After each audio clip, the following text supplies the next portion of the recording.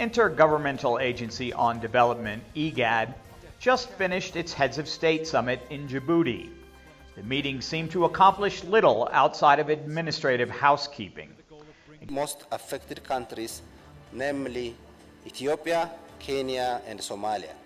Executive Secretary Workney Gebeyehu will retain his post for another 4 years. He will be assigned 2 deputies, one from Somalia. But while civil war rages in Sudan and a simmering conflict has killed hundreds in northern Somalia, there were no strong initiatives to come out of the event in terms of security. Igad delayed trying to help the people of Sudan by at least 10 days, announcing they would meet the warring generals then. The quartet of Kenya, Ethiopia, South Sudan,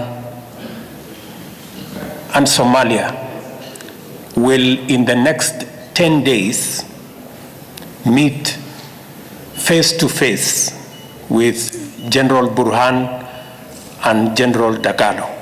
Igad has made noise, but so far hasn't gotten either side of the Sudan conflict to commit to anything.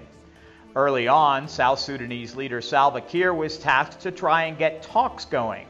But when that didn't happen, Igad appeared to run out of ideas. If the meeting does happen in 10 days, we shall see if the leaders have come up with any new approach. The U.S. and Saudi Arabia have led negotiations to get humanitarian resources through. Igad jumped on that bandwagon, but with no new approach. In the next 2 weeks, we will discuss with the generals on providing a humanitarian corridor so that humanitarian support can be made available to those in need, especially the children, the women, the people who are hurt, and all other people that are currently caught in the middle of the conflict that is going on in Sudan.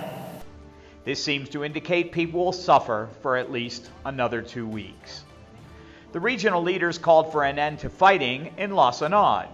But again, other than issuing a statement that reflects what so many others have said, there wasn't any initiatives to solve the crisis.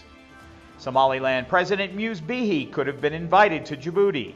So could the clan leaders from the affected area. Perhaps with both there, a fresh dialogue could have been started. But the Horn of Africa talking shop took no action to make a difference. The group did ask international entities to help fund Somalia's new electoral roadmap. They support the changes proposed by the National Consultative Council and approved by the Council of Ministers. The plan is still facing massive criticism online.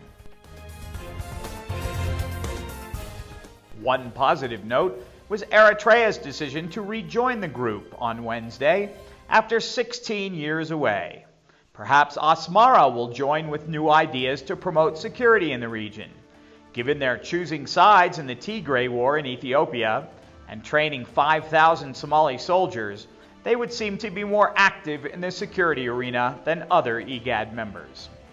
ADN TV will continue to report on diplomatic and security developments across Africa.